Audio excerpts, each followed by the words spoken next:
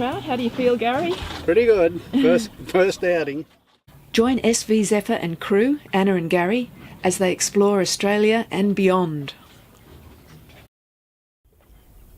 This is our first morning at Lady Musgrave. The wind has dropped and it's just beautiful. We're going to do some snorkeling and all I can say is look out crayfish and trout. Gary is on his way.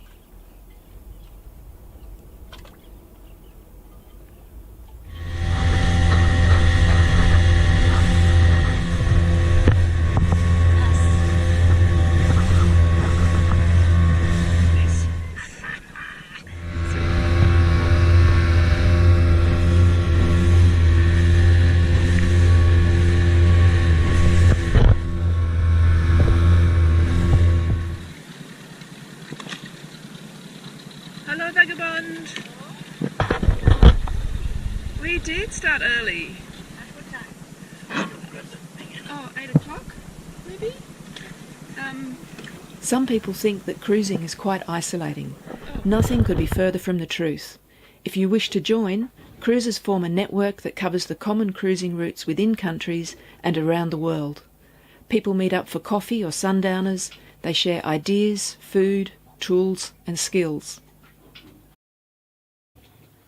The clear water in Lady Musgrave Lagoon provided Gary with a great opportunity to change the anodes on Zefr. We hung a shopping bag over the side so Gary could easily access his tools and the new anodes.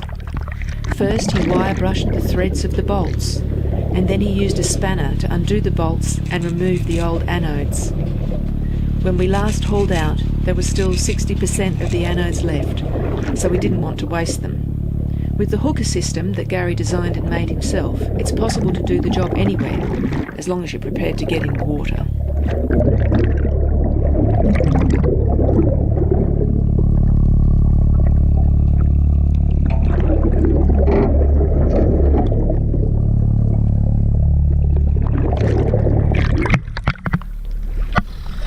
Lady Musgrave is part of the bunker group and has a deep entrance with red and green markers for relatively easy access to its large lagoon. It's thought that the entrance was blasted out to allow boats to come in and collect guano for fertiliser. Goats were introduced to help shipwrecked sailors but were eliminated in the 1970s. There's a lovely shady walk through the trees and a camping ground for visitors. Many birds nest on the island. Sooty terns in the trees and shearwaters in burrows up to 2 metres long, so stay on the track to avoid damaging them. It's also a nesting site for loggerhead and green turtles, and we could see some tracks and nesting areas which we avoided walking on. There's also a resident pair of eagles. Lady Musgrave Island is a popular first stop for yachties after leaving Harvey Bay. It truly is a paradise, but you must keep an eye on the weather.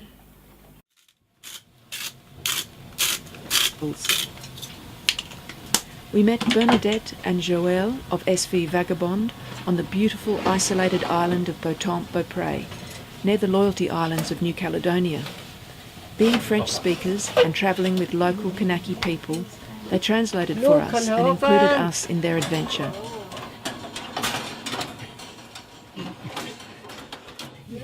Okay. Champagne! Champagne. Champagne. Santé! Santé! Santé. Santé. Here's to coral trout. Several months later, and 800 miles away in Australia, we bumped into them again and were able to return the favour and show them some of the beautiful spots on the Queensland coast that they otherwise may have missed out on. Okay, very white, very beautiful. Tomatoes. Fresh tomatoes and That's beautiful. Thank you. Buonanotte. Buonanotte. Ah, il est dans un bus parce qu'il est en train de... Merci beaucoup. Merci de... Merci pour le champagne. Bye, Gary. Bye bye, Gary. Bye, Gary. Good night, Gary. We're here at Lady Musgrave. This is our second morning. Yesterday we had a beautiful day. It was paradise. Very little wind, and we went snorkeling and caught some fish and walking on the island. It was just beautiful. Overnight it's really changed a lot. There's now probably 20-25 knot southerly blowing.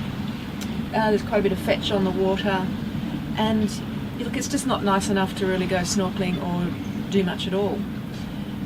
And you know, we've got a slight concern with our anchor.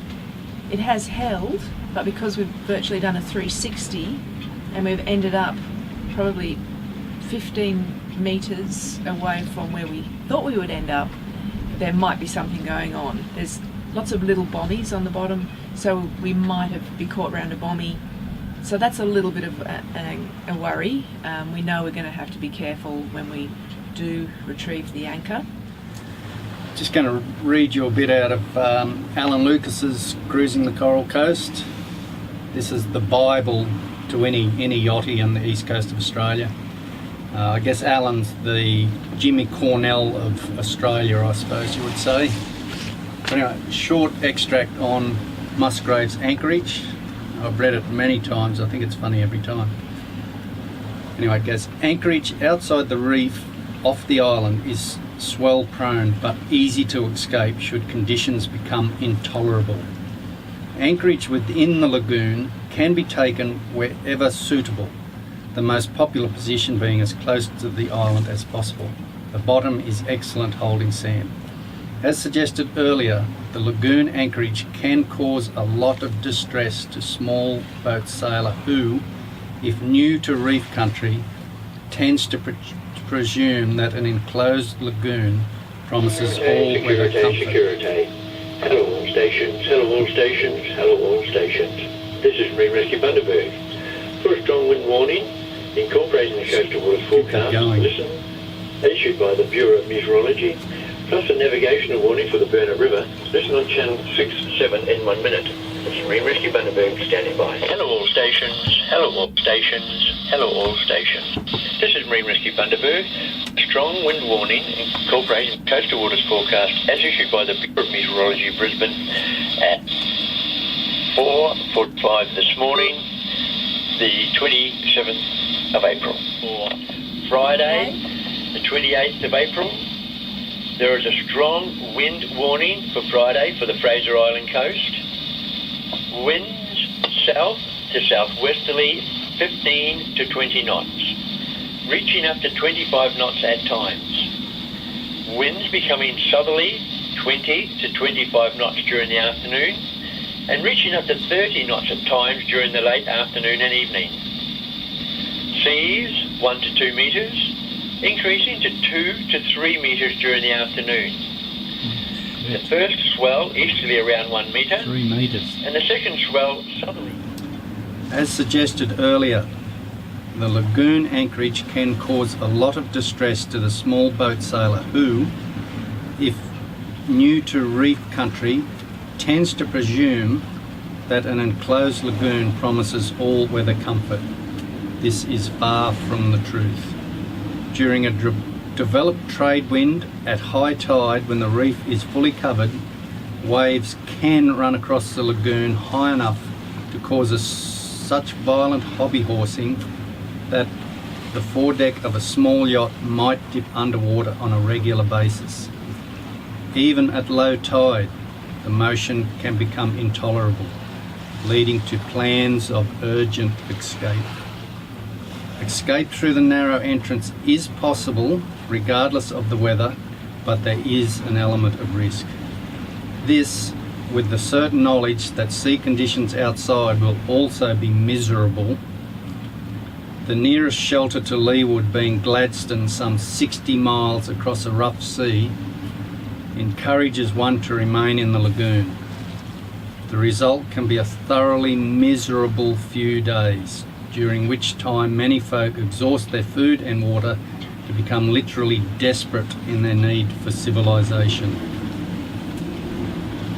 When the above mixed with the ongoing anxiety of knowing that if the anchor drags at night, a jagged coral reef waits to claim your ship, it can be appreciated that Lady Musgrave is not the perfect place presumed by so many. And we've just had a strong weather warning. They're looking at 3 metre seas. perhaps up to 30 knots tomorrow. This is not going to be that ideal place to be.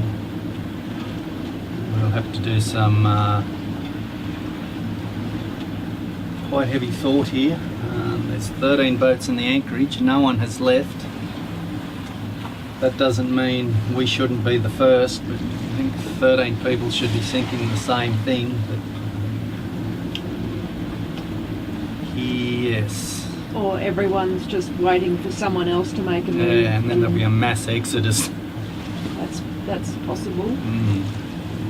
We just need to go over the weather report, and it's heading in the direction that we're better off leaving now, and we'll get into Great Keppel before the strong wind warning. 2 or 3 o'clock tonight if we left now.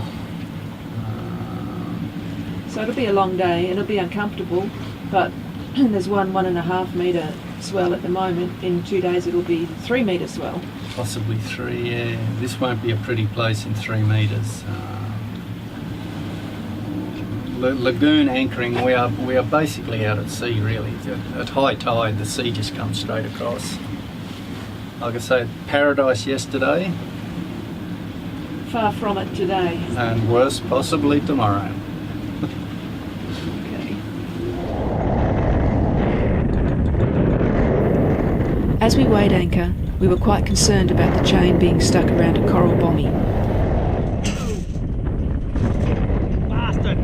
As it turned out, this was the least of our worries. What almost spoiled our day was the fact that the chain jammed in the hawser, with one link getting stuck sideways. It's a brand new chain, and some rough edges on the galvanising meant that the chain wasn't flowing as smoothly as the old rusty one. 13 or something.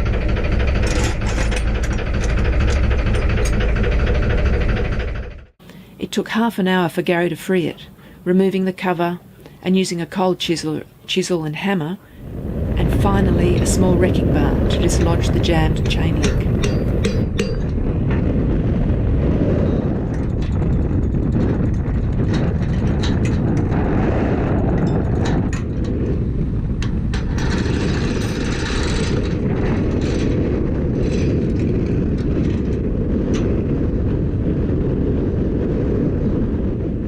With the chain once again flowing freely into the locker, we weighed anchor and were mightily relieved that the chain wasn't also wrapped around some obstruction.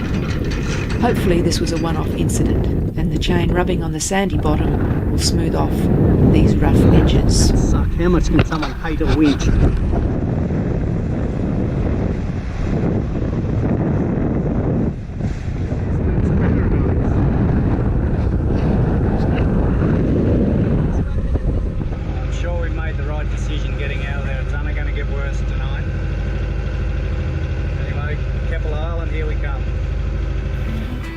We invite you to join us for our next episode, in which SV Zefr continues her northerly migration, exploring Great Keppel Island and beyond.